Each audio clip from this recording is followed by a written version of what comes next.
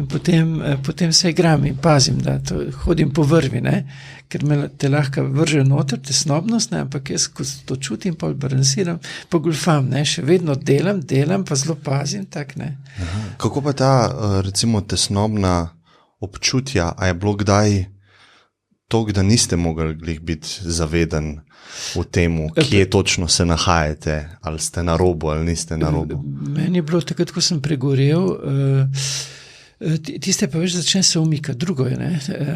Ti se pa začneš umikati, zapirati, vsi ti grejo na živce. Najhujš sem pregorel, ko sem bil na Ptuju, še mlad, ne, in takrat smo... Koliko ste bili star? 30, kaj takega. To je bilo takrat, da sem celo rolete dal dol, to je bila ena posebna situacija, ker v bistvu Karitas smo odprli, potem sem bil zelo, z vsem mogočem sem se ukvarjal. V nekem trenutku se je začelo to, ne, da ti grejo na živce, tesnobno počutje. Sem takrat, če nisem z tega obvladal, ne. Novi občutki so bili tudi, ne? Zdaj pa malo golfam.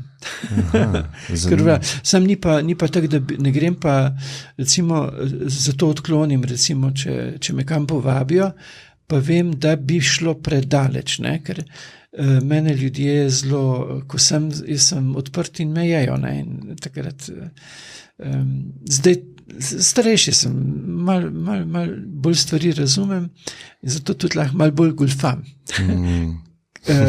Ampak pazim na mejo, ne, hodim po robu, kot rečemo, ne. Ja. Hvala vam, ker ste si vzeli čas, izredno cenim za to, ne. Lahko kar začneva. Če imate kakšno vprašanje, preden začneva? Ne. Ja, jaz bi res se vam zahvalil že naprej za vaš čas, ne? Pa to, kar ste rekli, da zdaj malo golfate, ne? Cenim, da z mano golfate, ne? Ja, ampak zdaj sem v enem takem obdobju, ko sem oddal knjigo, ne? Ko sem predvsem pater, kmet, tisti, ki se pogovarja z ljudmi, ki vedno znova ob tem tudi profitira, ne? Ker ko pridejo ljudje k tebi z svojo doživljajsko resničnostjo, ne?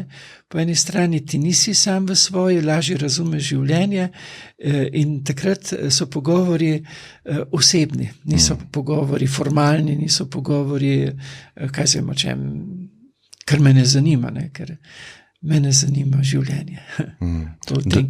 Ja, s kakšnimi, ne bom rekel težavami, ali pa s kakšnimi željami pa prihajajo ljudje do vas najpogosteje zdaj v tem času? Včasih pride iz čiste radovednosti, ne, da vidijo tega čudnega patra, ne, ki ima gospo kapro, ne, konjička, ne. Fascinira jih predvsem kapra, ne, ker je izjemno, bi rekel, od nekdaj lepe so kobilce slovele, lepše od kapre bilo ni nobene. Ampak preprosto zato, ker je zelo srčna, ona ni ne za ježo, ne za delo, ampak je v bistvu samo ena taka zame sveta prisotnost, ne. Nad kapro je kapela, pod kapelo pa je hlev in je kapra in oba prostora sta mi sveta, ne. Poleg tega pa je vsak, ki pride k mene na nek način, neka sveta prisotnost, ne, ker sam sem že od malega iskal tisto, kar je v človeku resnično in sem že od malega opazil, da ljudje igramo pričakovane vloge, ne. To pomeni, da se naredimo tako, kot nas pričakujejo, ne. In mi je bilo zelo lepo opazovati ljudi, ki so se sprostili, ne, ki se jim je obraz sprostil, in takrat sem zaznal nekaj tako lepega in to v vsakem človeku, ne. In ko pridejo ljudje k meni in posebej, ko pridejo k kapri, ne, ko pridejo k meni še imajo neki zadržek, neki čuden pater, ne, zdaj to, ne, a žih klejem, ne smem kleti, kako se moram obnašati, kaj od mene pričakuje, ne. Jaz pa sam iščem njihovo osebno resničnost, ne, in zato jih ponavadi najprej peljem k kapri, ta pa odpre človeka, ne. Živali so angelska prisotnost, ta pa odpre in ljudje so preprosto to, kar so in so postane tako čudovito lepi, ne. Ker se sprostijo, mirijo, resnični in potem tudi lažje spregovorijo o svoji resničnosti, tako da je kapra res ena velika dragocenost zame, pa tudi za tiste, ki jo srečajo, ne. Toč pa prihajajo ljudje, eni tudi sami iz Firbca, To mi ni najljubše. Drugače pa, če pa pridejo ljudje za zgodbo, so mi pa obogatitev. Ne? To resničnost, ne, v človeku. Mogoče se lahko malo pogovoriva o vaši resničnosti, pa o vaši zgodbi. Predvsem me zanima, kako ste prišli na to pot, ne? Se prav to, da ste postal pater, da ste bili na teološki, da vas take stvari zanimajo. Ne? A se vam je kaj takega zgodilo, ko ste bili mladi, a ste imeli kakšne duhovne, take izrazite izkušnje? Ker to je kar taka močna odločitev, bi jaz rekel, sploh v današnjem svetu. Mogoče je to včasih v zgodovini bilo lažje, ne? Ali pa bolj pričakovano, kot smo rekli. Ne? Danes je pa to kar taka težka ali pa močna odločitev, ne? Edinstvena. Ja, ne morem živeti brez notranje spokojnosti, ne? Brez duhovne potešenosti. Ne? Ampak v začetku sam ne izhajam iz neke, bi rekel, virne družine. Ne? Navzven mi je bilo nudeno praktično vse. Ni bilo revščine. Starši so bili, kot so starši, dobri, imeli so me radi, ampak vedno sem iskal potešitev. Ob telesni, ob čustveni, torej sem iskal, ni bilo še nekaj še manjkalo, ne? Neka duhovna spokojnost, bila je v ozadju neka duhovna tesnobnost, nekaj še v meni ni bilo objeto, nekaj še v meni ni bilo potešeno. Sam imam tudi zelo slab občutek, če ne morem dobro dihati, mislim fizično, ne? Me moti že niansa v mojih pljučih, ne? Hočem na polno dihati, ampak očitno ne samo fizično, ne samo čustveno, ampak je še ta razsežnost v srčiki naše biti, ne? Ta duhovna razsežnost. In tu je nekaj manjkalo, ne? In predvsem sem iskal, zdaj rečem, izkustvo Boga oziroma izkustvo tega, čemu rečemo Bog, kajti tudi Bog je zelo, zelo zlorabljena beseda, ne? Zato recimo temu, kar rečemo Bog, in predvsem se mi je v izkustvo razodelo kot ljubezen, kot duhovna potešitev, kot tista pika na i, da diham na polno v celostni resničnosti. Torej, bil sem srednješolec, iskalec, ne? In v nekem trenutku se spomnim, ko sem šel gor v Celju, ne, kjer sem doma, po kapucinskih štengah, to je v parku, so take stopnice, ki vodijo v cerkev Svete Cecilije, kjer je kapucinski samostan. In potem, ko sem prišel gor, sem pogledal, če me kjer ne vidi, ne, ker mi je bilo nerodno iti v cerkev. In potem sem stopil noter in sem se usedel. A ste bili prvič takrat v cerkvi? Ne, pri nas doma je bila verna od očeta mama, ne, tako da smo za Ljubimir sem hodil v peruku. Zakaj pa vam je bilo nerodno, če smem? Meni je umrla stara mama, ko sem bil od očeta mama, ko sem bil v 7. razredu, in torej jaz nisem hodil, če sem že šel v cerkev, zato ker je bilo to del, ker je bil meni prebujen odnos do Boga in sem bil recimo duhovno zaznaven v svetišču za sveto, ne. Ampak sem šel, ker sem pač moral iti, in pol, ko je stara mama umrla, pač ni bilo treba iti, zakaj bi pa hodil, ne. In potem sem pa iskal sem in vem, da sem stopil potem noter in sem tako rekel, Bog, če si, ne, potem naj začutim tvojo ljubezen, ne. Takrat se je prvič dogodil ta dotik, ne, ki ni bil na nivoju racionalnosti, racionalnega uvida, ampak je bil racionalni uvid, potem najprej bilo izkustvo, ne. Duhovne spokojnosti, tako dobro mi je bilo zadihati, ne. In potem se je zgodba odvijala naprej, bogoiskateljstvo, predvsem izkustvo Boga, ne. Ampak ob tem se je pa dogodilo še nekaj, ne, kar sem ugotovil, kar mi je bilo zelo dobro. Namreč ta ljubezen te vrača k tebi samemu, hoče tvojo izvornost. Tako sem prej rekel, da mi je neskončno lep človek, ki se sprosti, ki preprosto je, ki ga zaznam kot otroka v njem samem. Ne. Tako me je ta ljubezen vračala k meni samemu, ne. Ker jaz sem se naučil igrati vloge. Ne. Starši ti želijo samo dobro in ti pričakujejo, da boš ustrezal temu svetu, ne, in te upeljajo v igro vlog.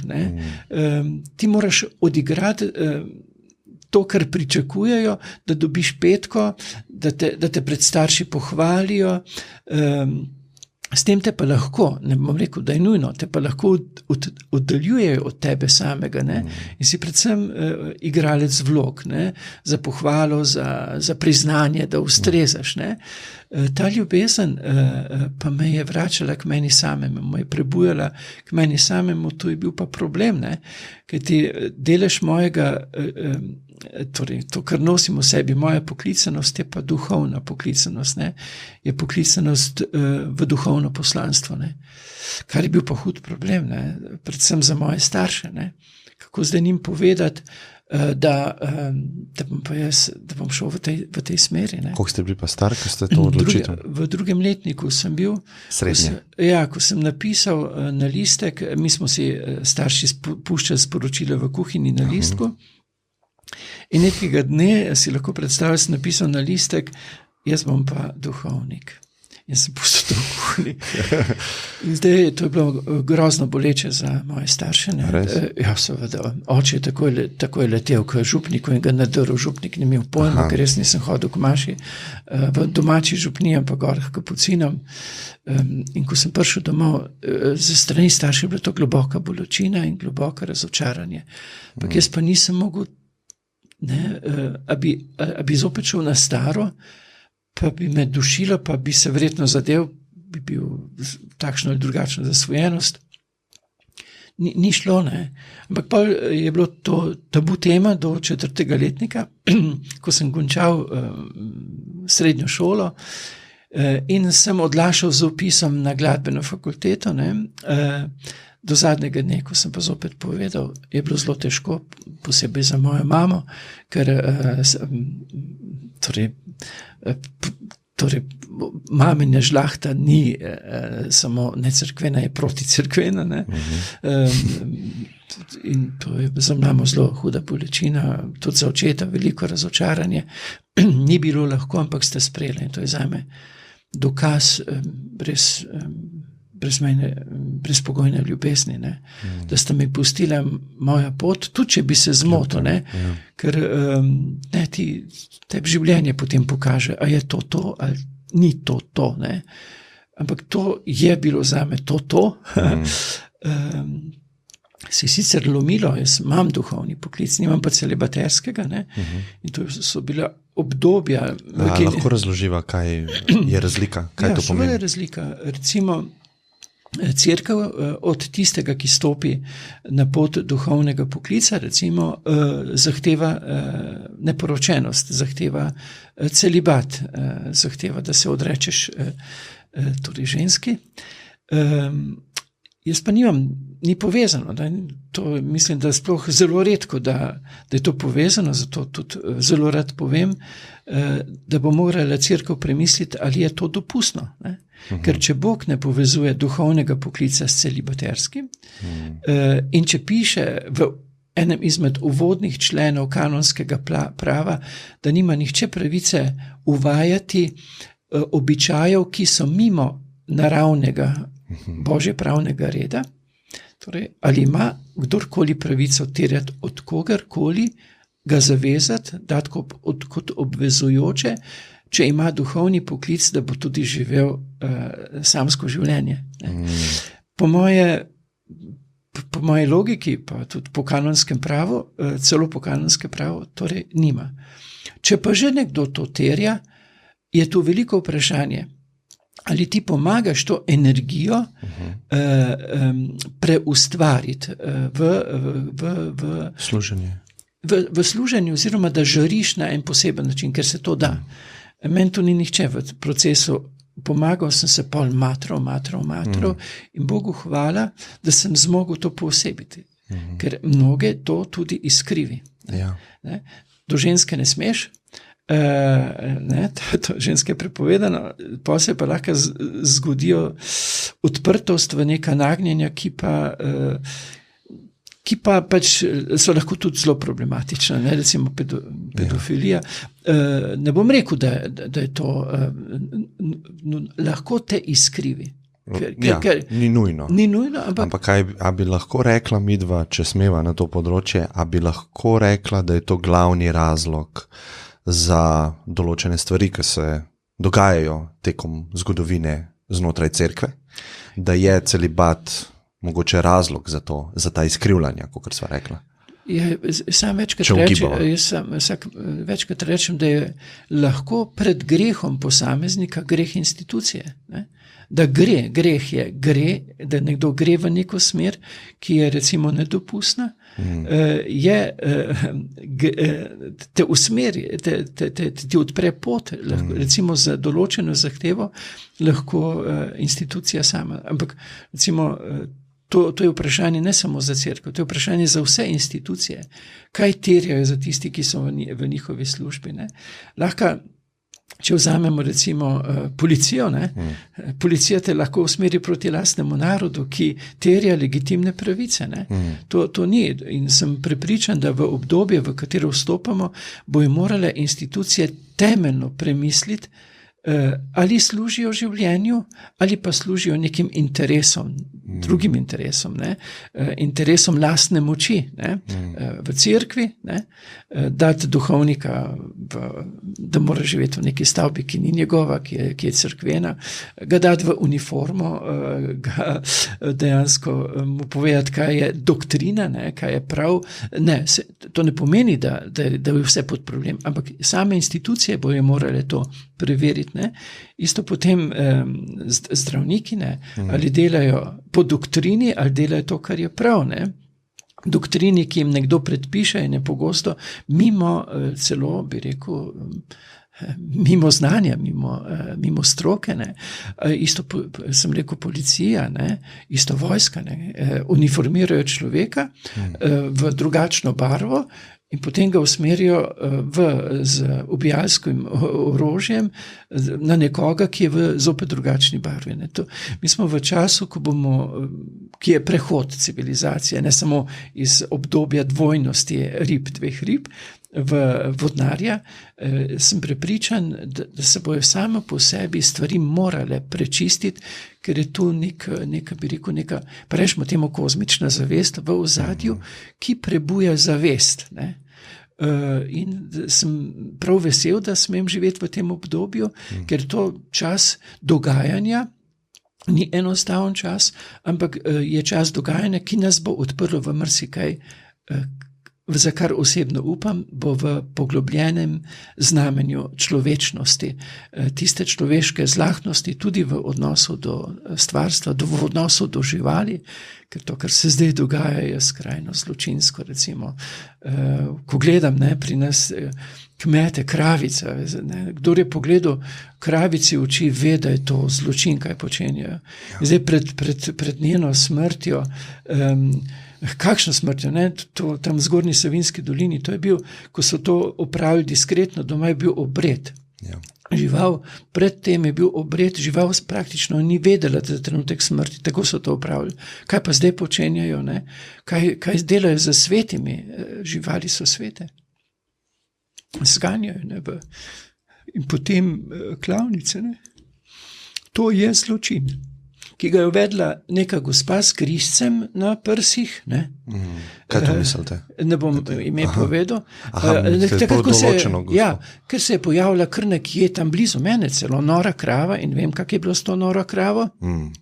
In ena nora krava je zadostovala, da zdaj počenjamo zločinske stvari. Kar ti to, kar zdaj počenjamo z živalmi, kaj ti živali doživljajo pred smrtjo, to je zločin.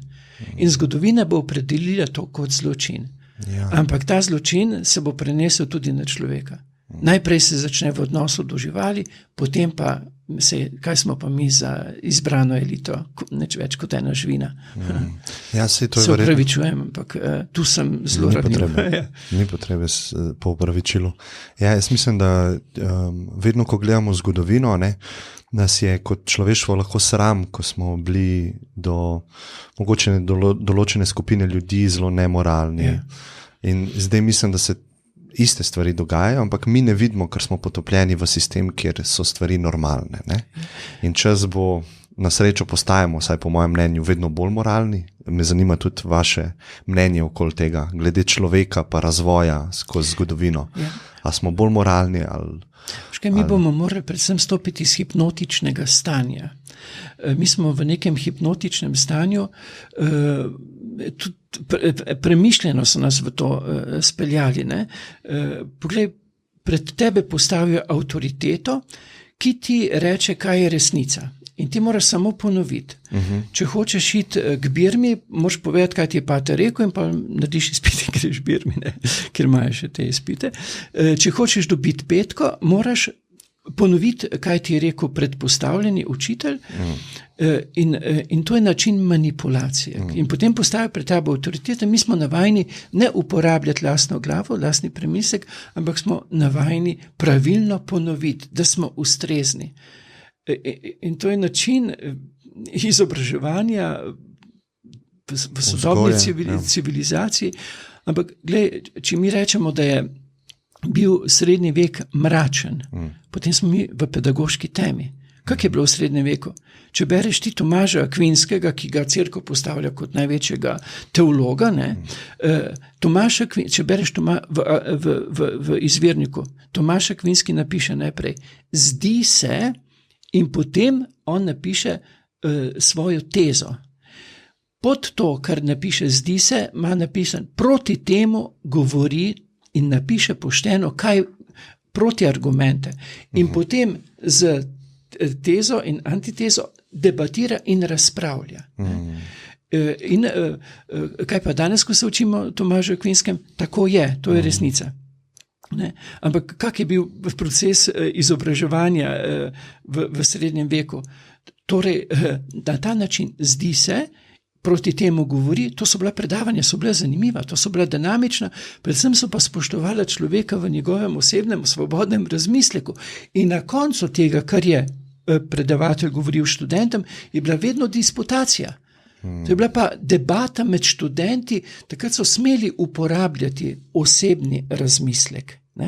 Verjetno govoriva o zelo malem deležu populacije znotraj srednjega veka. Seveda, kdo pa je hodil na univerze. To poslušal, ne poznam sicer toliko zgodovine srednjeveških univerz, ampak če se je tako dogajalo, je to odlično, ampak to je verjetno 1 promil ali pa še manj ljudi bili deležni. Ja, seveda. Večina je bila pa manipulirana. Enoumje je bilo, in tukaj je bilo z strani verjetno, kdor je imel takrat moč, pa primat, kar je bila cerkev, rimokatoliška, znotraj Evrope. In to je bilo enoumje, ki ni dopustilo drugačnega načina razmišljanja. In zdaj v tem času smo sigurno osvobojeni tega, na nek način. Mava zelo jasne dve skupini ljudi. Imamo stroko, pa to, kar sva prej kritizirala, pa imamo ljudi, ki grejo totalno proti temu, in jim je dopuščeno, da govorijo. In to je izredno pomembno.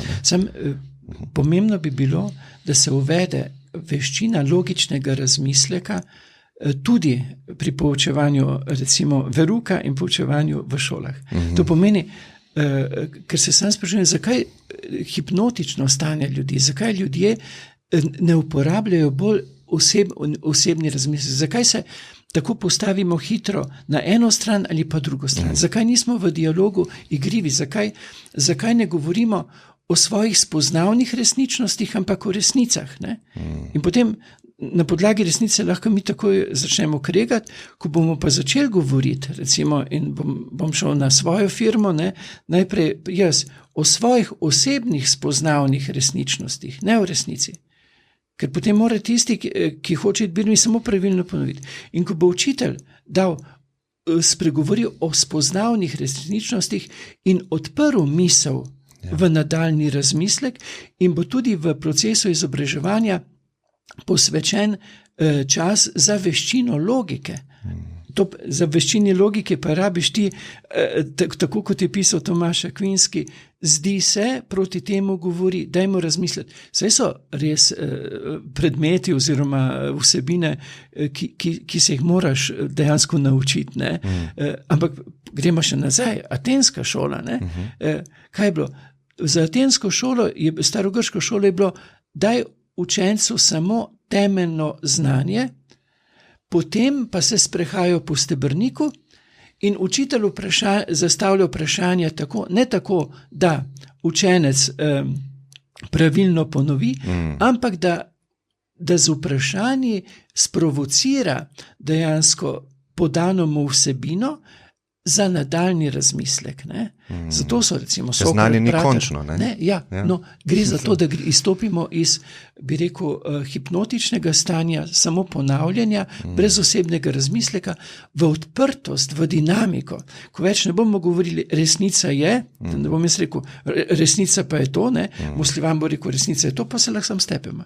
Ali pa na levi strani bo rekli, res je to, na drugi res je to, se lahko sam stepemo. Zakaj ne govorimo o osebnih spoznavnih resničnostih, ki nas pa odprejo v dialog, ki nas pa odprejo v dopolnjevanje, ki nas odprejo v nadaljno odstiranje razmišljanja, ki nas odprejo v človečnost, ki je v igrivosti. To imamo v cerkvi v podobi Boga kot Sveta Trojica. Se je skrivnost, Oče, Sin, Sveti Duh, kaj zdaj to, ne? To je po človeško rečeno. Gre pa za dinamiko, gre za igrivost, predvsem pa je Bog ljubezen. Ne? In tukaj zdaj, to je en koncept, lahko družbeni koncept, moja osebna spoznavna resničnost, zato imam rad, recimo, prihodnji teden prije moj prijatelj musliman, izjemna zgodba njegovega življenja iz Bosne, sosed mu je pobil njemu najbližje brate, očeta, in potem, ko je bil na sodišču, je rekel ta musliman, je rekel, ko naj bi bil on obsojen na smrt, je rekel, ne na smrt, dovolj je bilo smrti. In potem, ko so opeljali tega morilca, je napotil zapor, kar ni prenesel. Bo prišel, kaj hočem povedati, prijatelj musliman. Nedavno me je obiskal prijatelj menih pravoslavne cerkve. Sem rad to igrivost, to dinamiko. Nimam rad nekoga, ki mi bo pa govoril resnica, zdaj pa moš ti to verjeti, da sem pa jaz ogrožen in si ti moj nasprotnik. Ne. Začnimo govoriti o osebnih spoznavnih resničnostih, da bomo postali igrivi, da bomo postali dopolnjujoči. Ampak v tej smeri nas mora nekdo vzgojiti. Ker če bom jaz rekel, resnica je katoliško, to treba ponoviti, drugo je herezija. Če bojo v šoli rekli samo to, ne bojo pa odprli v veščino razmisleka, postajati moramo civilizacija dopolnjevanja, igrivosti, hudomušnosti, zezanja, smejanja. Jezus je rekel, postanite kakor otroci. In ko sem jaz odhajal od doma, mi je mama rekla, pa glej, da se ne boš imel preveč resno. Jaz sem se imel strašno resno dolgo časa, pa vem, da dokler sem se imel samo resno, sem druge ljudi moril za resnicami, ne pa jih odpiral v hudomušnost in v igrivost. V tej smeri pojdimo. Sam se trudim, vse začne se pri meni, ne drugih, ampak pri meni, da smo igrivi, da smo dopolnjujoči. In meni to zelo pomagajo živali. Živali so vedno pristne. To so živali angelske. Zato rečem, Bog ne da, ena od manipulacij je bilo tudi, Aristotel je rekel, imamo človeško dušo, imamo živalsko dušo, imamo rastlinsko dušo, mi pa kar nekrat žival nima duše. Kako moraš reči, žival nima duše? Če je vse ustvaril Bog, ki je duh, a je lahko ustvaril karkoli brez duhovne dimenzije? To je za me največja herezija. Samo površno, vse ima dušo. In ko gledam, recimo, ko sem bil v Jurkloštru, kartuzijanska cerkev, ko so tele spomeničarji dal dol omet, sem videl, da so ugradili raznolike kamne. Vse ima svojo, bom rekel, valovanje, vse je v odnosnosti. in ne vzeti, biti do vsega spoštljiv. Ne samo do živali. Sveti Frančišek Asiški je rekel, do matere zemlje, do brata vetra, do sestre lune, do vod, do vsega. Vse je v utripu, vse je v odnosnosti. In kakšna priložnost, da se mi prebudimo v to odnosnost, ne? Da izstopimo tudi iz manipulacije hrupa, ne? Ker nam kar naprej neki hrup, kar naprej neki, da stopiš v obnebje tihote, se najprej bo abstinenčna kriza, ne? 3 dni boš imel abstinenčno krizo po hrupu, pa potem boš pa kar naenkrat se ti bo odprla neka zaznavnost in boš zaznal odnos in ne boš nikoli več sam. In to je temeljno bogatstvo, ne?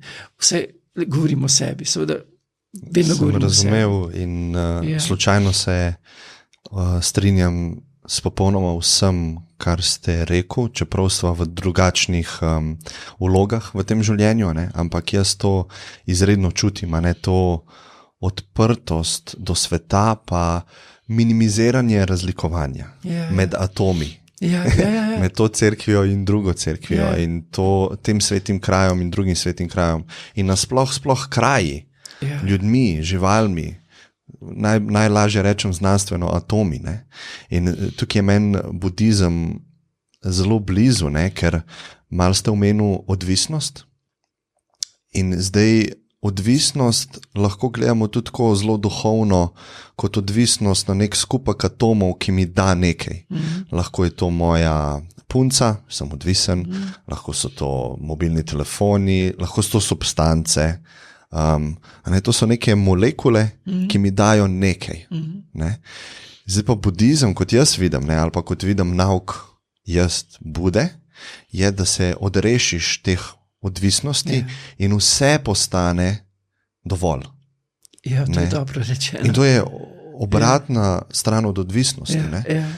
In jaz se ogromno ukvarjam z oblikovanjem uporabniških izkušenj, se pravi, oblikujem aplikacije za mobilne telefone in vedno govorim dosti o tem, ker vidim pri sebi, pri drugih, pri mladih, to odvisnost do trenutno zdaj tega sveta, ki je digitalen, in kako sproža te dopaminske receptorje in zavest se oža na te določene stvari. In širjenje zavesti je pa obratno od tega. In tukaj je sprejemanje pa ljubezen, mogoče pa še kot neka sestavljanka puzla v to. In to bi jaz rekel Bog, vse, kar je. To, kar imenujemo Bog. Ker v bistvu, kaj je to? Vse je skrivnost. Apostol Pavel pravi, da je nad vsem, pa vendarle v vsem. To je mistika. To je prežetost. To je sveta enost. To je ena taka velika zanimivost, to je skrivnostnost, to je očarljivost. To ni, bi rekel, dorečenost, ampak je, nekateri reče, ampak v krščanstvu se pa Kristus, torej Bog približa človeku, ampak ne pozabiti, da se to, kar je nad vsem in v vsem, približa na človeku dojemljiv način. Se večkrat pošalim, če bi Bog prišel k mravlji, bi bil mravlja.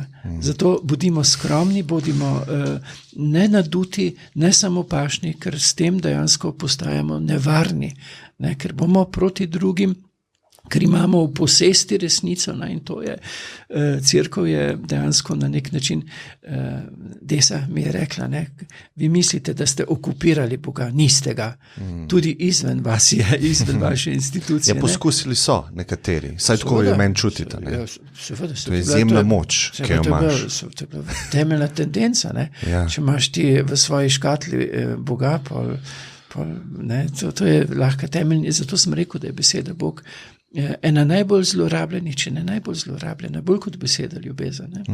Kakšen pa lahko dava argument za krščanstvo? Zakaj ste se vi, a vidite vi sebe kot nekega posameznika, ki je bil rojen v tem prostoru in je slučajno bil s tem naukom ali pa metodo, bi celo lahko rekel, seznanjen in je pač tako bilo in ste se sprijaznili s tem, ali ima krščanstvo za vas osebno neke specifične prednosti, ki jih niste videli v drugih metodah, ki obljubljajo pot do Boga? Še bolj kot krščanstvo me bremeni, da sem zahodna civilizacija, ki je povzročila toliko gorja. Ampak jaz sem del zahodne civilizacije. In to, kar lahko naredim, je, ti si rekel, ne, da te navdihuje budizem, mene navdihuje veliko, bi rekel, usmeritev, ki niso zahodna civilizacija. In moj duhovni oče, ki ni bil kak duhovnik, ampak je bil Taras Kermauner, mi je rekel, prebujenost se mora dogoditi vedno v notrini določene civilizacije, institucije, ne? V notrini cerkve, v notrini šolskega sistema, v notrini posameznika? Ja, posameznik mora biti tista v zahodni civilizaciji, torej konkretno, jaz moram biti tisti, ki bo prebujal alternativo, ki bo prebujal človečnost. To, kar lahko jaz spremenim, to, s čimer lahko jaz okužim, narekovaj rečeno, čas in prostor, je moja resničnost. Da pa, a ga bom okužil na ta način, da ga bom obremenil, ali pa bom dejansko nekaj dal misliti, osvobajal misel. Ne? Zato ni bistveno, da se ljudje strinjajo z mano ali pa ne. Meni je bistveno, da daš misliti, da sprovociraš. Sam sem pogosto zelo profitiral ob ljudeh, ob katerih sem razmišljal drugače, ampak so mi dali misliti. Ne? Tako sem prej razmišljal, mi moramo nehati tumpati resnica. Ne, moja spoznavna resničnost je fajn, če se ne strinja z mano, ker sem ti dal tudi s tem misliti. Obogatiš psiho drugega. Ne? Ja, sprožil se je miselni proces. Mi moramo sprožiti miselni proces. Ker nam kar naprej, se nismo računalniki, da bi nam kar naprej nalagali programe. Večkrat rečem, Bog nam je dal ta zgornji štuk, da ga ponucamo. Ne, da to je, in če govorimo, v krščanstvu govorimo veličina človeka v razumu in svobodni volji, ne, uporabljati. Ne. Dajte mi material, da bom uporabljal, da bom sam razmišljal. Bodi mi ti za svojo spoznavno resnično, daj mi misliti. Se ni nujno. Jaz ne bom postal, ko pride k meni Fikret, imete v možakarju, ne bom postal musliman, on ne bo postal katolik, ampak bova pa razmišljala, on mi bo svojo drugost poslušala, zaznala njegovo, bi rekel, veš tisto otroka v njem, človeka v njem, ne? Ki izhaja iz neke kulture, iz nekega religioznega okolja, ki ima svojo zgodbo življenja, v katerem je tako lepo, ali pa ko je bil ta pravoslavni menih, veš kakva faca je bil, on je taki res, to so zame bogatstvo. Jaz se najbolj bojim, če povem Taras me je sprovociral, da sem začel razmišljati s svojo glavo, da sem nehal, veš, ko padeš ti v shemo, recimo, jaz sem le bil samostanska vzgoja, teologija, resnica je, tak naprej. Ko sem prišel pa k Tarasu, mi je on pripovedoval, Taras je zame največjih mislecev, če ne največji mislec preteklega stoletja na Slovenskem, ne, to je moja ocena, ampak on mi je dal misliti in on je bil pravi učitelj. Ko mi je obiskal sem ga v Avbru in mi je nekaj pripovedoval, seveda zanimivega, pozabil sem kaj, ampak nisem pa pozabil, ko se je zazorovamo in mi je rekel, kaj pa ti misliš?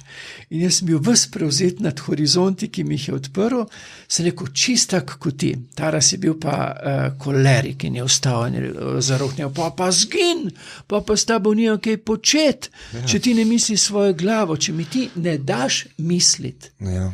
Kaj naj s tabo počnem? Veš, to je tisti fanatizem, ko se ujamemo v našo sveto stvar, pa je to lahko na politični ravni, je lahko to na religiozni ravni, je lahko to na izobraževalni ravni in odklopimo zgornji štup, ker nekdo misli in vlaga, kar mi samo slepo ponovimo. Ja. In veš, to je potem postavijo pred tabo neko avtoriteto, še posebej, če je v uniformi, recimo, ne, in ti ona nekaj reče, in potem hipnotično ti to sprejmeš. Zato se je treba zelo vklopiti dodatno varovalko, kadar stopi pred nas oseba v uniformi. Takrat je potrebno še posebej paziti, da bomo mislili z lastno glavo in da bomo zahtevali še drugo mnenje. Do tega imamo pravico. Ne? To je znanstveno dokazano. Ne? Milgramov eksperiment, recimo, ljudje v uniformi imajo izjemno moč, tudi podzavestno. Kako se posebijo, ne? Ampak to smo mi odgovorni za to, ne? To je pa mogoče moje naslednje vprašanje, ampak recimo sem videl, da smo midva usklajena v temu, pa lahko se ne strinjate, v filozofskem pristopu idealizma. Se pravi, objektivnost lahko rečemo, da težko obstaja, ne? Da bomo midva zdaj rekla, nekaj je pa zunaj naju, ki je objektivno in končno res, ali pa resnica zunaj naju, ampak je skupek najinih resnic, ne? In midva živiva vsak v svojemu svetu na nek način, včasih se pa svetovi prelijejo med sabo, ne? In mislim, da zdaj zadnjih 200 let, ne, živimo v drugem ekstremu, materializmu, kjer res verjamemo v to mehanično postavitev vesolja, ki obstaja zunaj nas. In smo mi, in vesolje je zunaj nas, in mi ga lahko z mikroskopi, teleskopi in napravami in znanostjo, znanstveno metodo v popolnosti opišemo. Ne? In to jaz nisem na tej sferi, ne, včasih sem bil, ampak vedno bolj vidim to pomembnost osebne resnice, ki pa mora biti toliko prilagodljiva, pa toliko mehka, zato da ne trpiš. Ker če trpiš, boš trpinčil druge in bojo drugi trpeli. Nismo nič naredili skupaj. Ne? Ampak zanima me, kako vi gledate na to resnico. Kaj sploh ta beseda pomeni pol? Sam govorim o osebnih spoznavnih resničnostih.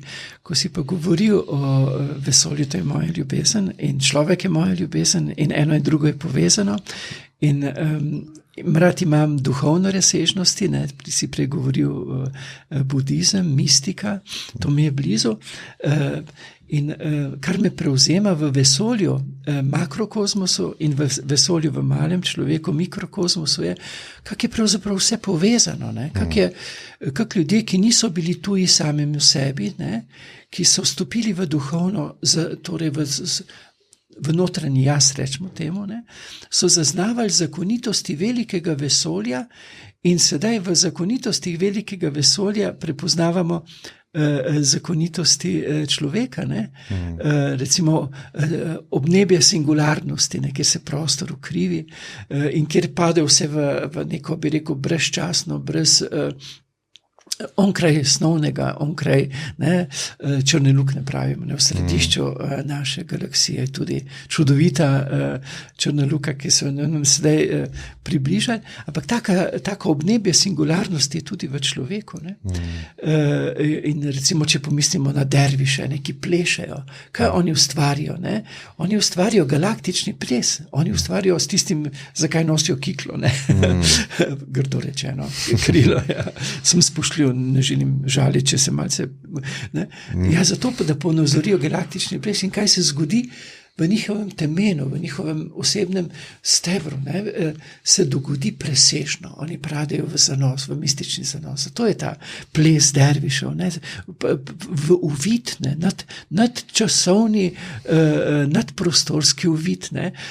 Ali pa ljudje, osebno verjamem, da to osebno je ta singularnost, ne? Da je globoko, Cankar bi rekel, v skriti kamnici, jaz lahko rečem, v skritem svetem prostoru moje notranjega jaza se dogodi dotikališče med časom in prostorom in brezčasjem. Tam je ta sveta enost, to je ta mističnost, ki je lastna vsem, bi rekel, oblikam prepričanj, religioznih prepričanj, verskih prepričanj. Problem je sam ne ostati na površju, ker na površju se bomo klali. Mi bomo morali iz te površnosti vstopiti v duhovnost. Ne? Sam pravim večkrat, če bi imel zdaj tukaj na sebi, če bi bila zima, pulover, se štrikan iz ovce, solčavske ovce, iz solčavsko-jezerske pasme, bi videl posamezne vzorce. Če pa obrneš pulover, če nisi površnež, je pa vse, vidiš, v tistem, da je vse preštrikano, da je vse povezano. Samo na povrh smo, ne? In tukaj vstopiti v to enost. Se spomnim, ko sem 3 leta bival po Možganski kapi, bivam na samem, na Konjskem vrhu. Se spomnim, ko sem se neko noč vračal iz nekega predavanja, žarele so zvezde. In takrat sem prvič zaznal drevesa, stara drevesa tam, kot osebnosti, ki imajo odnos do mene. In kako bogatstvo, če nas ne preženejo na površnost, ker nas hočejo pregnati na površnost. Kdo? Kdo? Mrsikoje, ne samo religiozne ustanove, ne, ker se držiš naše stvari, si pravoveren, tudi ekonomija, ne, sej. Če si ti površen, ker če nisi površen, potem vidiš, da je dovolj, ne? In da celo preveč bremeni duha. Nisi dober potrošnik, če si zadovoljen. Nisi potrošnik, seveda taj mora stati na površnost, mora vznemirati tvojo izkorišča tvojo nepotešenost. Ne? Tudi, recimo, dokler jaz nisem duhovno, celostno potešen, dokler nisi čustveno potešen, se vemo, ne? Če ni čustveno potešen, boš odprl hladilnik, pa boš nekaj iščeš. Mi moramo biti v polnosti potešeni, telesno, čustveno in duhovno. Ampak to je lastno vsakemu. Ne? Cerkev ni zakupila Boga. Ta duhovna razsežnost je lastna vsakemu, sam ne biti tuj samemu sebi in prebujaj se v zaznavo. Recimo, ko se pojavi tesnoba, kličem Jezusa, ampak po njem tem kli se mi približuje. Recimo, ne vem, kako bo drug klical, ne? Ampak poišči, to mora biti velika spoštljivost in globok poklon. Slehenemu v njegovi duhovni razsežnosti in v njegovi duhovni odprtosti temu, kar so rekli naši predniki, sveto. Sveto, to, kar svetli, kar to izkustvo. Ja, moj učitelj mi je rekel, mislim, da je to neka taka stvar, ki sem si jo najbolj zapomnil, ne? Je rekel, Klemen, nič ni sveto. Zato, ker je vse sveto. Kako lepo. To je ta sveta enost, ne? Ja, to je izhaja dosti iz tega zen budizma, ne? Ker je dosti te igrivosti, ki ste omenili, ne? Pa paradoksov. Ampak to dojetne, to je pa moje naslednje vprašanje. Lahko ti še sam povem, kakšna je moja definicija Boga, izkustvena definicija Boga. Ne? Moja bit v biti, pisano z veliko, biti vseh biti. In to je to potem to je to Božje, to je to sveta enost, to je to ljubezen, to je v igrivosti, to je vstopamo v čas, ko bomo šli to, kar je togo, kar nas ločuje, to, s čimer so nas, zaradi česar nas se lahko z nami bojuje, da se mi med sabo bojujemo, to počasi odpada. Ne? Okay. Osebno verjamem to, ker srečujem vedno več prebojenih ljudi, sam bojte se uniform, bodite previdni pri vseh uniformah, ne samo pri moji. Nič ni sveto, ker je vse sveto. Ja. Uniforma je sveta, avtoritete so svete, vse to, kar sva mi dva opredelila, to je moje vprašanje ampak govorim iz svojega vidika. Kako gledate na to, ne? Ker prišli bomo v čas, ste rekli, ne? Jaz bi pa rekel, kaj pa če smo že tam, pa je vse to... Če smo že. Ja, ok, pa sva tukaj nekako usklajena, ker ekonomski sistem, potrošništvo, trpljenje, pekel, a je pekel, so to pol nebesa? Kaj je razlika med peklom pa nebesi? Iz krščanskega vidika, ne? Meni je zelo simpatično, zdaj ne vem, kateri evangelist je zapisal, parkrat ponovil, ko pravi Jezus za tiste, ki pač počenjajo zlo, pravi, za pekel, pravi, vrzite ga na v globljo temo, na obrobje. Če si predstavljaš ti galaksijo, kako vse pleše proti točki presežnosti, tam v središču galaksije, ker je obnebje presežnosti, ker je izstop iz časa in prostora, ne, iz te ujetosti v svet dvojnosti. To pomeni, naj se še uči malo lekcije. Ne. Zame je potrebno to. Ja, jaz vidim v svojem življenju, ne, v bistvu stiske, moje neumnosti, izkustvo mojih neumnosti me največ izučilo, ne? Ko sem bil še malo bolj zaradi ravnanja vržen v počutje, ki mi je dalo misliti, ko sem izkusil, ne? Čisto preprosto, če sem prehiter vozil, potem se zelo počas vozil, ker sem preveč zamišljen, ne? Ampak to je pa problem, ko pa priješ v mesto, pa ne peleš 50, ampak 60 naprej, ker spregledaš tablo, pa te ustavi policaj, pa potem plačaš kazen, da se razlagaš sicer, da hoče se zviti, ampak ne, ti moraš izkusiti posledico, ker jaz potistam, ne, da če me kjer policaj gleda, lahko kdaj tudi samo pomine. Ne, ampak ne, kadar plačam kazen, potem podzavestno vozim bolj pravilno, kot pa če ne. To je isto, ne. Vržite ga malo bolj temo, ne izkusi, ne, posledico. Da to ni prava pot. Ja, v bistvu je prava pot, ampak... Ne, vse fajn, boš malo se še kaj naučil, ne, zakaj so risali naši vredniki labirinte, ne? To je iskanje poti k središču. Jaz sem naredil veliko slepih ulic, veliko neumnosti, ampak ko jo izkusiš zid, da tak naprej ne gre, je to milost, da se lahko vrneš na izhodišče in poskušiš naprej. Vse je v priložnosti, ne? Vse je ena sama velika priložnost, nam bi morali to povedati, da je vse v igrivosti, da je vse v priložnosti. Zdaj pa kakor, da se ne sme zmotiti, da ne boš šel k Birmi ali pa boš dobil slabo oceno. Ne, napaka je priložnost, napaka te mora naučiti. Napaka ti mora, pa naj bo to v šoli ali pa naj bo to v odnosu. Ni tragično, ne? Ampak je res pomagati bi nam morali zelo, da bi znali vstopiti v igrivost, v odnosnost, v priložnost. Ne? Vse koliko ljudi, ne? Tudi med Slovenci pa obupa, ker so sami, ker se ne bi smeli biti, ker so potem krivi, da so tam, ker me je najbolj grozno, ko te kdo vpraša, kak si, dobro, pa še ne boš kaže. Jaz rad rečem, sem dobro, ampak ne pozabi, to je 3.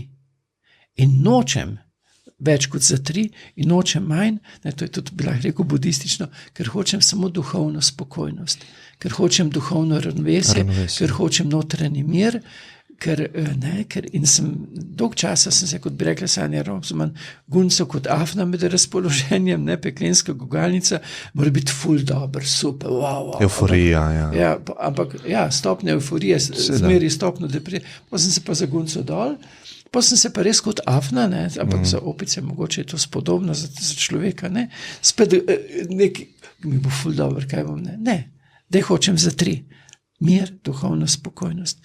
Zato mi tudi niso všeč praznični dnevi, ampak me rad med tednom mir, duhovna spokojnost. Ja, se to je tista, ne, ko ti gre dobro, da rečeš, ne, ko ti gre slabo, da se zavedaš, da bo to minilo, ker je vse spreminjajoče. Ne? In da poiščeš bližino. Ne? Ko ti je hudo, mi moramo vedeti, takrat, ko mi je dobro, moram vedeti, k komu bom šel, ko mi ne bo dobro. Takrat se ne smeš osamiti. Ne? Ko ti je prijetno, si lahko tudi sam, ampak ko pa se začnejo temniti misli, pa moraš pa iti nekomu na kavico. Takrat se ne smeš osamiti. To mora biti zlato pravilo. Ne? Pa še nekaj bi nas morali učiti, to, kar mi je rekla gospa Gabi Čačinovič Vogrinčič, ni zraslo na njenem zelniku in mi je pa dobro prenesla, da je prišlo na moj zelnik. Rekla 5-1. Mi bi mogli vedno vaditi pozornost pred nekaj ni, kaj pa je. Ne? Česa se bom lahko danes veselil? Ne? Kaj mi je dano, kar me krepi? Ne? Ker mi pa smo tisti perfekcionisti, ki so nas skozi to, bi rekel, pedagogiko učili, kaj še pa ni čisto, kot bi mogli biti. Ko je že toliko tega, tam pa je še neki prah, tiše pa nisem pospravil, ali pa ko sam pridem komu na obisk, pa rečem, kako krasen dom imate, pa mi pa reče, zgornji štuk še pa ni ometan. Me ne brigaš zgornji štuk, ne? Biti pozor na to, kar pa je že, ker nam da to moč, da se lažje spoprimemo s tistim, kar še pa ni. Absolutno. In tudi vedeti, vsak od nas je čudovit, ne? in si pripovedovati to, kar je, posebej v odnosu. Preden rečeš nekomu, nisi, pa spet nisi, povej, kaj je. Tako lažje živimo, lažje preživimo. Pa tudi sebe metrati. Jaz sem še čuden, pa še večkrat rečem, da sem komin začetnik, ne, ker vidim, v kaj v sebi lahko še se v domu, da bi bil še bolj poglobljeno človeški.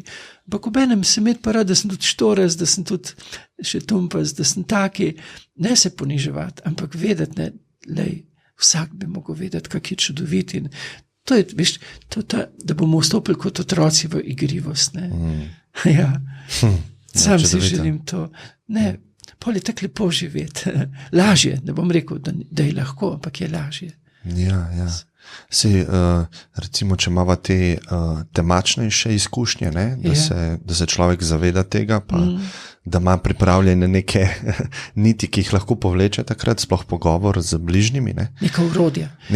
Le, če ti hočeš skuhati dobro zelenjavno župco, moraš vedeti, moraš biti spreten v tej kulinariki, ne, moraš vedeti sestavine, ki bodo začimbe, tudi za medsebojni odnos je zelo pomembno vedeti, kaj pa je tisto, kar zboljša okus. Ne?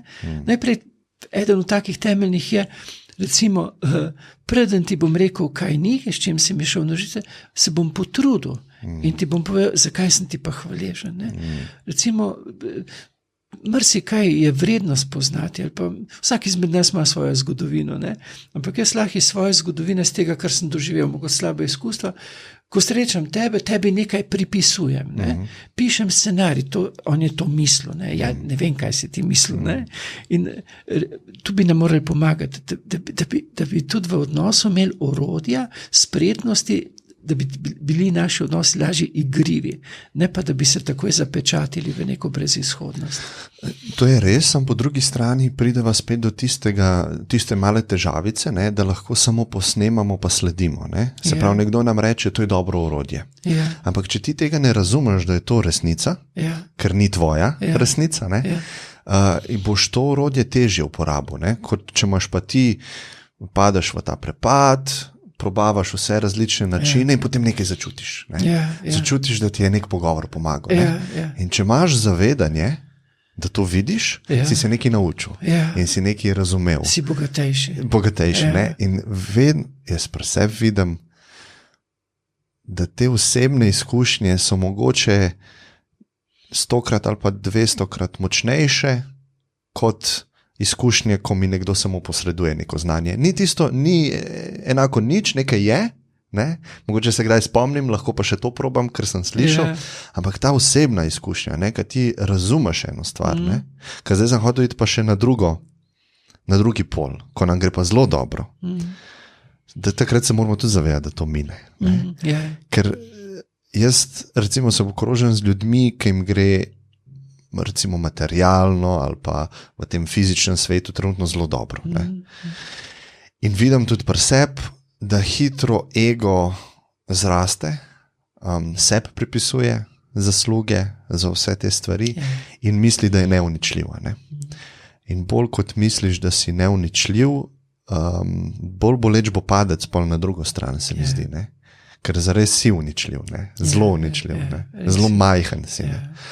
In jaz mislim, da je enako pomembno. Včasih sem mislil, da je bolj pomembno v temačnih izkušnjah razumeti, ampak v teh pozitivnih, euforičnih je mogoče enako pomembno. Ne bom rekel bolj, ne? Vse je v balansu, ne? Ampak da takrat tudi zavejamo, pa gremo mogoče prostovoljno nazaj. Ja, res je. Da se odrečemo nečemu, ker to je pa zelo težko. Mi se zelo enostavno odrečemo bolečini. Pa beremo knjige, zato da bomo prišli ven iz tega depresivnega recimo stanja ali pa trpečega stanja. Ko nam gre pa ful dobro, pa ne delamo, ne odrečemo se temu. Ne? Ja, torej jaz imam prav iz izkustva tega, rekel, če rečemo euforičnih stanj, pri vzdignjenih, da sem potem kasiral negativno, ampak jaz sem že star človek in se je to guncanje, kot sem prej omenil, tokrat ponovilo, da me je že morala srečati pamet. Čeprav še vedno vadim, jaz še zelo vadim, jaz sem še, kot sem prej rekel na začetku, tudi ko sem omenjal ego, jaz sem sanjal moj ego, sem imel preroške sanje, sej v knjigi Dopisovanje z Manco Košir, Darovi minevanja sem opisal te sanje, ker sem ravno v tistem času sanjal. Namreč kaj sem sanjal? Sanjal sem enega ogromno podivjano zverino, rečemo, da je bil to medo, ki je bila recimo 3-krat večja od mene in je grozila, da bo pobila mene in da bo pobila nekaj ljudi. Sem zaznaval za sabo, nisem upal pogledati, ker je bil ta medved res strašljiv in potem je bil dan v roke meč, ampak to je bila kot ena bucika proti tistemu medvedu. In sem mislil, kako mi je zdaj s to buciko premagal to podivne. Torej, rezultat je bil jasen. Ta zverina me bo pokončala. Ampak pa sem opazil, da je ta meč jeklen na držalu in na konici, vmes je pa gibljiv. In da nekdo giblje ta meč in sem vedel, da zmaga ni odvisna samo od mene. Jaz moram sodelovati, da bo pa zmaga zagotovljena, ker nekdo bo usmerjal konico, ostrino tega meča, da bo za medota usodno. To je bilo zelo zanimivo. Jaz sem sanjal in sem vedel, da sanjam in ker ne prenesem krvavih prizorov, sem prosil, če lahko prizor bitke preskočimo. In smo ga preskočili. Mi je bilo dano in potem sem imel premaganje, ker sem bil živ. Mislil sem, da je mrtev, ampak pa sem videl, da ta zverina vsa nebogljena kot en pijanček sloni tam na neki steni in tukaj je imel razparan kožuh in potem jaz junak, misleč jaz junak, ker sem se po teh sanjah predramil. Ampak naslednji dan sem ugotovil, kaj sem sanjal. Jaz sem sanjal svoj resnični jaz in podivjana zver je bila ego. Ampak in sem vedel, da ga sam po sebi ne morem. Kdo pa upravljal rezilo? Zdaj bi jaz lahko rekel Bog, ampak lahko bi rekel pa tudi situacije v življenju, ki mi pomagajo. Ampak še nekaj sem jaz v teh sanjah spoznal. Da moraš imeti rad človeka v njegovem ego, v tem, kako on stopi pred tebe. Kdaj se žabica napihne? Takrat, ko je ogrožena. Kdaj sem se odtujil od samega sebe? Takrat, ko sem pričakoval, da bom igral vlogo pridnega, uspešnega, popolnega patra, pridnega učenca in takrat so me izgnali od mene samega. In da to pa spoznavam iz terapije, ki jo doživljam v povezanosti z Bogom. Bog me vedno, govorim o izkustvu svetega, me vedno objame, me ima rad v moji resničnosti in me zato vrača k otroku v meni. Ampak, kot sem povedal, imam še veliko dela, oziroma ljubezen, ki me bo vračala k meni samim, mojih bližnjih, živali, drevja, ker vse, kar me obdaja, me želi v moji pristnosti.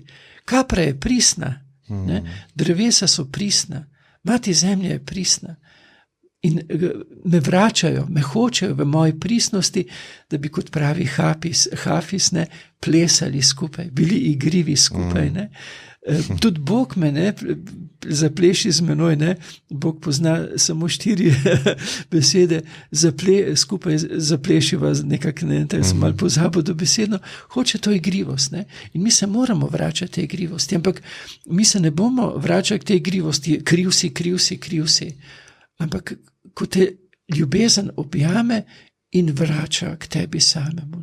Bog je tudi pristen, to, kar rečemo, Bog je in me vrača in me želi v meni samem, v moji resničnosti, da bi se igral z menoj. Še ena stvar pri Hafisa, Bog se obleče v različne stvari, ker se hoče igrati. Ja, to je Hafis, je ena od mojih ljubezni. Pa sveti Frančišek Asiški.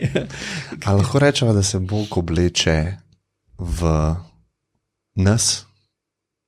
Če je vse in se igra samim sabo. Če je vse v stvaru, vse je v meni. Njegov duh počiva v meni. Kristjan reče, Bog te dal dušo, njegov duh. Vse to, kar mi je dal, je njegovo, ne? To je igrivost. Veš? Mi moramo iti v mističnost. Zdaj lahko gremo zelo hitro, odpreme se dogmatiko, ampak mi moramo iti v igrivost. Jaz pa, ko sem študiral naprej teologijo, sem pri Delibaku ali pri Kem sem prebral, vsaka trditev dogmatična je samo kot vers poezije, ki te mora osvoboditi v razmislek, v duhovno dimenzijo. Ne zasužnjevati, ker religije ne smejo zasužnjevati, ampak morajo osvobajati v razsežnost duha. Če zasužnjujejo, pol niso, potem so lahko zelo nevarne. In monoteistične religije so lahko še posebej nevarne, ker če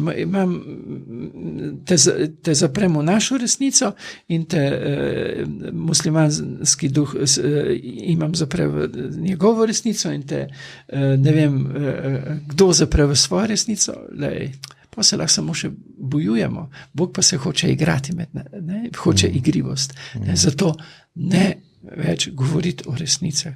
Govorimo o svojih spoznavnih resničnostih, svojih spoznavnih religioznih, kulturnih, kakšnih resničnostih. Stopimo v svet igrivosti. Ampak čas nas odpira v to. Stopamo v obdobje vodnarja. Ne več dveh rib, ki se med seboj grizeta. Ne svet polarizacije. Koliko časa je pa trajalo obdobje rib? A lahko malo to razloživa? Veš kaj, zemeljska os rotira približno 26,000 let. Zdaj sem rekel zelo. 26,000 let zarotira zemeljska os. In potem so ta zodiakalna znamenja, nekatera so pač daljša, nekatera so krajša. Tudi prehod iz obdobja rib v vodnarja pač datirajo raznoliko. A je obdobje rib, a je znamenje ribe bolj z Jezusom povezano? Ja, tudi kristjani so se prepoznavali, da so narisali ribico. Da vidim, da imajo nekateri na avtomobilih ribico. Ja, to je bilo obdobje. Tam naj bi se začelo okrog leta 100, nekaj takega, ne vem natančno. Aha. In kaj je specifika naslednjega obdobja? Ja, večja duhovna odprtost, manj to se že čuti. Pri ljudeh se odpira zavest. Ja, to se izjemno čuti. Pa sem doskrat se spraševal, jaz sem dokaj mlad, pa sem mislil, mogoče je to samo moja izkušnja, pa je v realnosti drugače, ampak vedno bolj verjamem, da se spreminja te tematike, bolj zanimive ratujejo, ljudje vleče tja, mogoče nimajo izpolnitve v tem materialnem svetu, ali pa vidijo, da tukaj ni možno imeti dokončne izpolnitve, in potem jih avtomatsko vleče v te tematike. Budizem pravi, da izstopamo iz obdobja zadremanosti v stanje budnosti, prebujenosti. In jaz, ki izhajam iz krščanske tradicije, bi pa rekel, da sveti duh budi duha, če bi pa rekel neutralno, bi pa rekel zavest, pisano z veliko začetnostjo, prebuja zavest. Kaj pa nauko Jezusa, kaj lahko tukaj rečeva? Kako vi razumete? V Jezusovih besedah niti v eni, pa vsa zgodovina ni mogla odkriti niti ene zadeve, ki bi bila zoper osebni ali družbeno prebojenost človeka oziroma človečnosti. Moje izkustvo je pot preko Jezusa do svetega, oziroma je on sam svetom med nami. Kaj to pomeni pot preko Jezusa? Preko njegovih naukov? Da je to pot? Ne, izkustvo. Zame je so pomembna merila, pravila žlahtnega sožitja, ki jih daje, ampak jaz potrebujem Boga, predvsem že, ko sem ga iskal kot izkustvo. Jaz potrebujem duhovno potešenost. Bog ne daj, da se umakneš od mene, ker bom čist bogih, ker mene on drži po konci. Ampak, ko kličem Jezusovo ime, se prebudimo v zaznavo svetega. Po Jezusu mi pravimo v cerkvi, po Kristusu, s Kristusom to je poezija. Ampak on je moje izkustvo. On me odpire v zaznavo tega, kar je Bog svetega. To je moja pot. Kako odpira? Preko svojega življenja, pa stvari, ki veš kaj, recimo bom povedal čisto praktično, jaz sem tudi malo tak proti vzhodni duhovnosti nagnjen pravoslavju, ker katolicizem to je zelo preveč razuma zame, premalo srca, premalo, vse je strašno pametno, vse vemo, vse je dorečeno. In to me tudi, ko sem študiral teologijo, me je to zelo utrujalo. Moj pravoslavni menih, sam sem bil tudi na Atosu, ne, je pa izkustvo. Ko mi je hudo, ko se začne prebujati tesnobno čutenje, temnit misel, jaz govorim, Gospod Jezus Kristus, objami me. Ponavljam sveto ime. Tako tudi indici, aum se budi, ampak to je moja mantra, klicanje Jezusa in se prebudi, vedno učinkuje. Tesnobra, veš, luč je močnejša od teme. Ko kličeš ti sveto, z njegovim imenom, ne?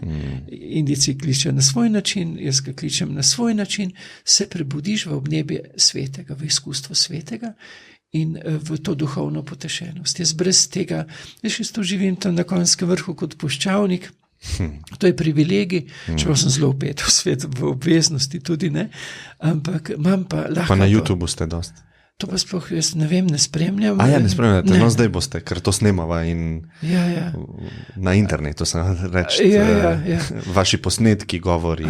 Sem više s to sebe ne gledam, ker ne vem, zakaj, ne morem. Ne zmorem, niti ne berem, tudi zato, ker sem imel slabo izkustvo intervju, ker je bilo napisano to, kar nisem rekel. Ne, ampak, je verjetno posnela zvok in potem pretipkala, oziroma pretipkala. Veš kaj, mi drugega pogosto razumemo v svojem kontekstu in dejansko ti, ko mi nekdo pripoveduje, dejansko napišem tako, kot sem jaz razumel iz mojega konteksta, ker jaz tudi povem zelo, tako bi rekel, nejasno, ne, in kakšen novinar hoče povedati bolj jasno in ni, da bi to narašče naredil, nočem, ampak se zgodi in potem, ko gre ven, da bom rekel, grdo boli me, ampak to je ena od mojih manter. Ne?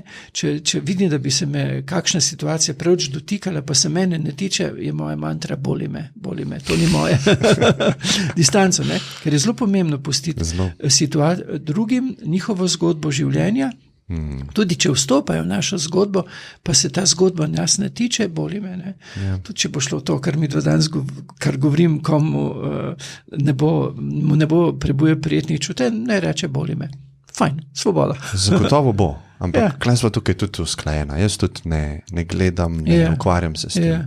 Ko je stvar zaključena, je zaključena in gremo naprej. Gremo naprej, Ljudje bojo vzeli, kakor bojo vzeli, čez svojo prizmo. Ne? Tako. Tudi isto, mnogokrat je v zanikanju tudi dejansko potencial razmišljanja naprej. Ne? Ni treba, da se strinjajo. Oziroma tudi jaz. Ampak se poslušam, ljudje so mi zanimivi. Ampak imam to, to je njihova zgodba življenja, koliko me nagovori, koliko me obogati, koliko mi da misliti. Po drugi strani pa zelo je treba paziti, da ne ustvarjamo novih religij. Jaz pa tak mislim, kot misli on človek. Se sem rekel, kaj je rekel Taras Kermauner, zgin, če ne znaš misliti svojo glavo, On je bil kolerik, močen kolerik. Ampak to je res eno tako močno spoštovanje do sočloveka, da mu pustimo oziroma celo spodbujamo, mora misliti, da misli.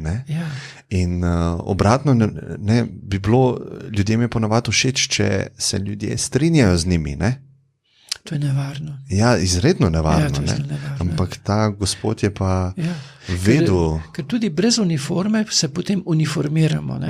To je treba biti, to je pa še mogoče bolj nevarno, ker če nekdo pride k tebi v zunanjo uniformo, si že lahko previden. Če pa pride dejansko že uniformiran, religiozno, politično, ne vem kakšno, je pa lahko tudi, ampak veš, ob takih ljudeh zaznaš, te začne dušiti. Jaz sem pa občutljiv, če me kaj duši. A greva lahko na jaz bom čisto osebno to izkoristil, ker imam neke stvari, ki sem dokaj zmeden glede njih. To je bilo neko vprašanje, ki so ga postavili tudi Dalaj Lami. In jaz nisem vedel, kako bi jaz to odgovoril. In vprašanje je bilo, kako bi ravnal, kakšno akcijo bi naredil, če bi bil v sobi skupaj z dojenčkom. Poznate to? In ta dojenček vemo, se pravi takrat veste v tem miselnem eksperimentu, da je Hitler, da bo postal Hitler. Ne? In se pravi, tukaj imamo neko, kako bi rekel, racionalno, mogoče celo nemoralno dejanje, da upravičimo recimo neko dejanje, da rešimo, da gre zgodovina v drugačno smer, kot je šla. A ne? Pri takih zagatah, jaz ne vem točno, kako postopati. Le odprli bi Pandorino skrinjico.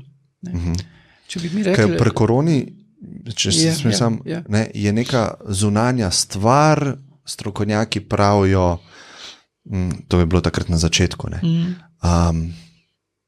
malo bolj resna stvar je, moramo tako pa tako postopati, in potem ne veš, kaj je moralno najboljše.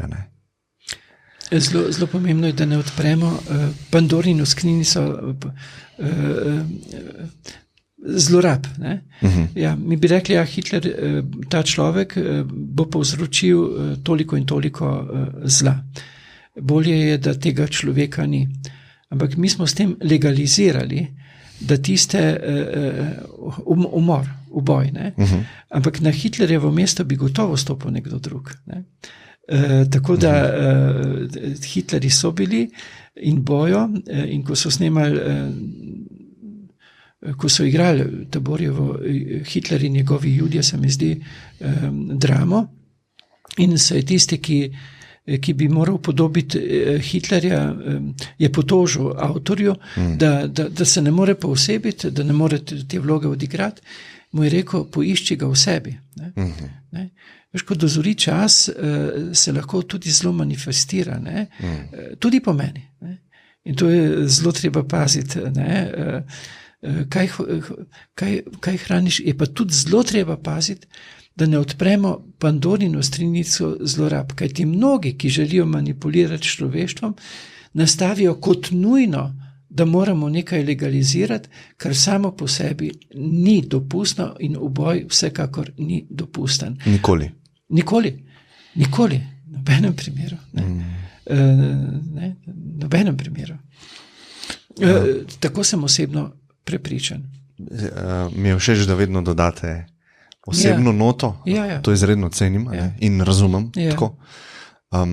Kaj pa, če smo v neki situaciji, ki ne vem, je nevarna, pa nekdo ogroža življenje nekih ljudi neposredno v času, zdaj ta Hitler primer je, verjetno bi nekdo drug prišel na njegovo mesto in to se strinjam. Veš kaj, so zapovedi. V cerkvi rečemo 10 zapovedi in kdor greši zoper to, naredi smrtni greh. Kaj to pomeni? Da lahko smrtno poškoduje odnos. Ne samo ne ubijaj. Tudi ne laži, ne pričaj po krivem in tako naprej. Dejansko lahko drugega notranje močno poškoduje. Torej smrtno rani, smrtno poškoduje. In merila morajo biti. Mi moramo vedeti, da preko nekaterih stvari preprosto ne smemo iti. In te etične norme, ki zagotavljajo medsebojno spoštljivost, pravičnost in odgovornost, morajo biti jasne in tudi jasne v posledici, če to nekdo prekrši. Kajti to pravijo nevrologi, da si možgani zelo dobro zapomnijo negativno izkustvo. Če jaz plačam kazen, si možgani to zapojo in nezavedno bom jaz bolj previdno vozil. Če pa ona reče, pa sej, jaz vas poznam, se to še ni bilo, da bi, ker policaj, sem pa doživel nekaj zelo lepega, lahko povem kot zgodbo. Prosim. Ko sem bil v enem takem stanju velike preizčrpanosti in sem imel že ob 7 zjutraj eno snemanje in potem sem šel proti centru Ljubljane in sem spregledal, jaz nisem videl, da sem peljal čez rdečo luč, ampak sem pa opazil, da za mano vozi policijski avto in potem, ko je bilo neko avtobusno postajališče, so mi dali znak, da ne tam zapeljem. Jaz sem zapeljal mirne vestine.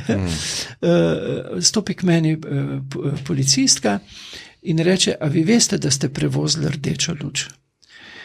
Sem rekel, prostite, ne vem. In potem sem se ozavestil, da sem dejansko grešil s tem, da sem deloval že prej izčrpano, moral bi se ustaviti. In sem povedal, lejte, jaz sem imel sem to, da sem čist prekurjen. Seveda sem imel to čist rdečo, mislil, če sem pil, ne. In rekla, a ste kaj pil? Sem rekel, ne, boste pihali, sem pihal, nič ni bilo. In rekla, potem mi je izrekla kazen, ne tisto, kar bi lahko najvišje, ampak je bila konkretna kazen, pa še kazenske točke, ampak gesta, zaradi katere sem bil ganjen, na koncu pa rekla, veste, zdaj vam pa svetujem, da se ustavite nekje na kavici, pa se malo odpočijete. Tudi, če bi mi še enkrat višjo kazen napisala.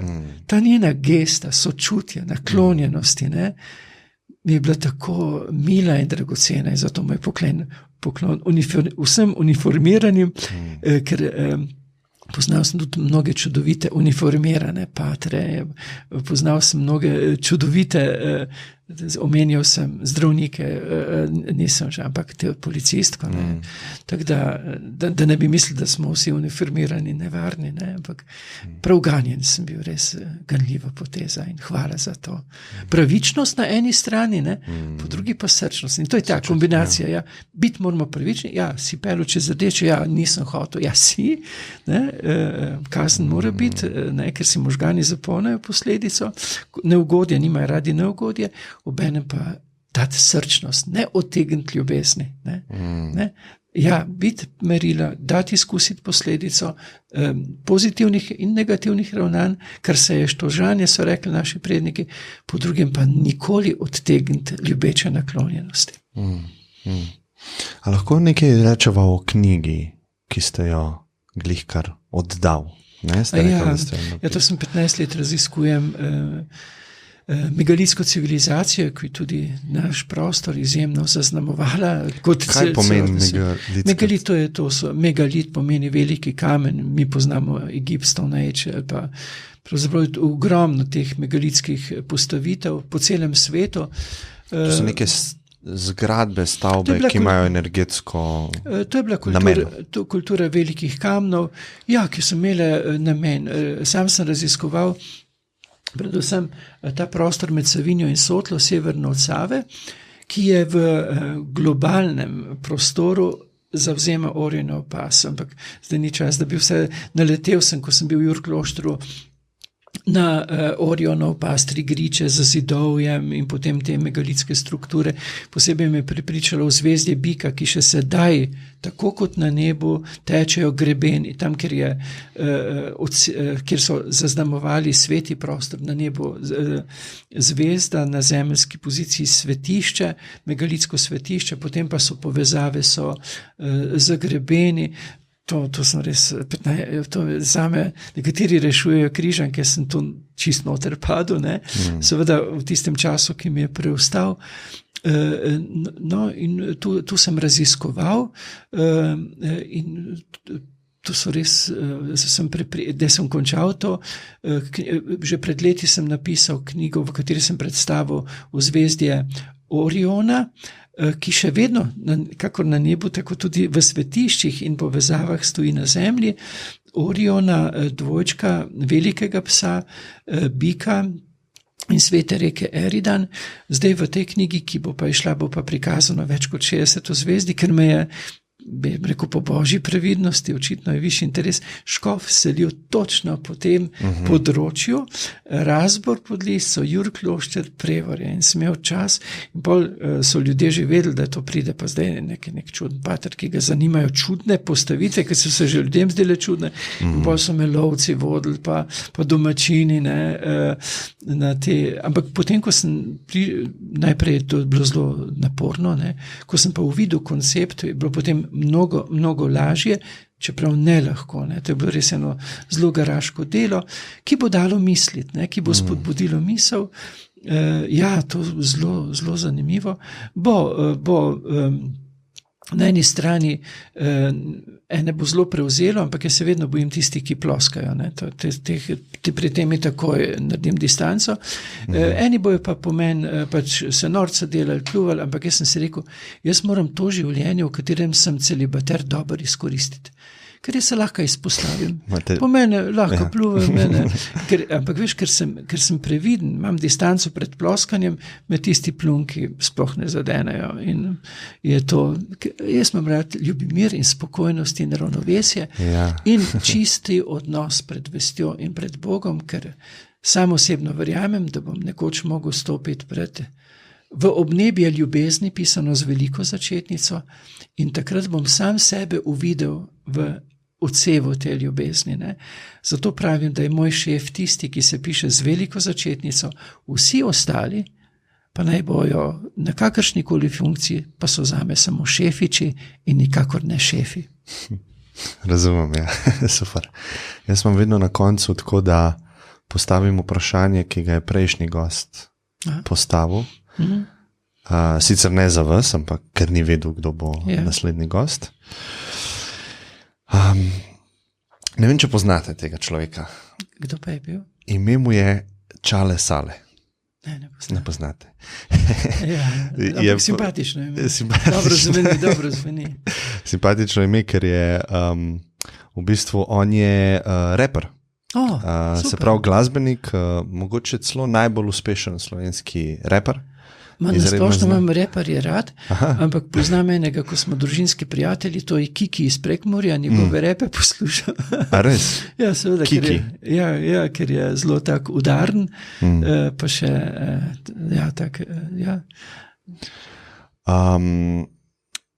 Čale Sale, oziroma Saša mu je ime, je postavil vprašanje, zdaj pa ne vem, zakaj ga ne najdem, bom iz spomina. Kdaj ste, oziroma katere stvari vam srečo prinašajo v lifeu, je on rekel, v življenju? Vsebine in ljubeče bližine. Ne morem brez vsebin, ki bi mi dajale misliti naprej, in ne zmorem brez ljubečih bližin. Ne tega izkustva svetega, ne človeka, ne živali, ne matere zemlje, to ne bi. Vsebine in ljubeče bližine. Pomenljive vsebine, torej, ki mi dajo misliti, in ljubeče vsebine. Čudovito. Lahko pa čisto spontano neko vprašanje za naslednjega gosta, ki ne veva, kdo bo. Ja, ki ne veva, kdo bo. Če lahko našteje 5 stvari, v katerih je čudovit, čudežen, izviren, v čem je on. Čudovito. Še enkrat izjemno hvala za vaš čas in pozornost in vso energijo, ki jo dajete. Bilo mi je zelo dragoceno in upam, da se še kdaj srečava. Hvala tebi. Prosim. Pa vsem, ki so se družili z nami. Ja, tudi njim. Tudi njim. Hvala. Srečno.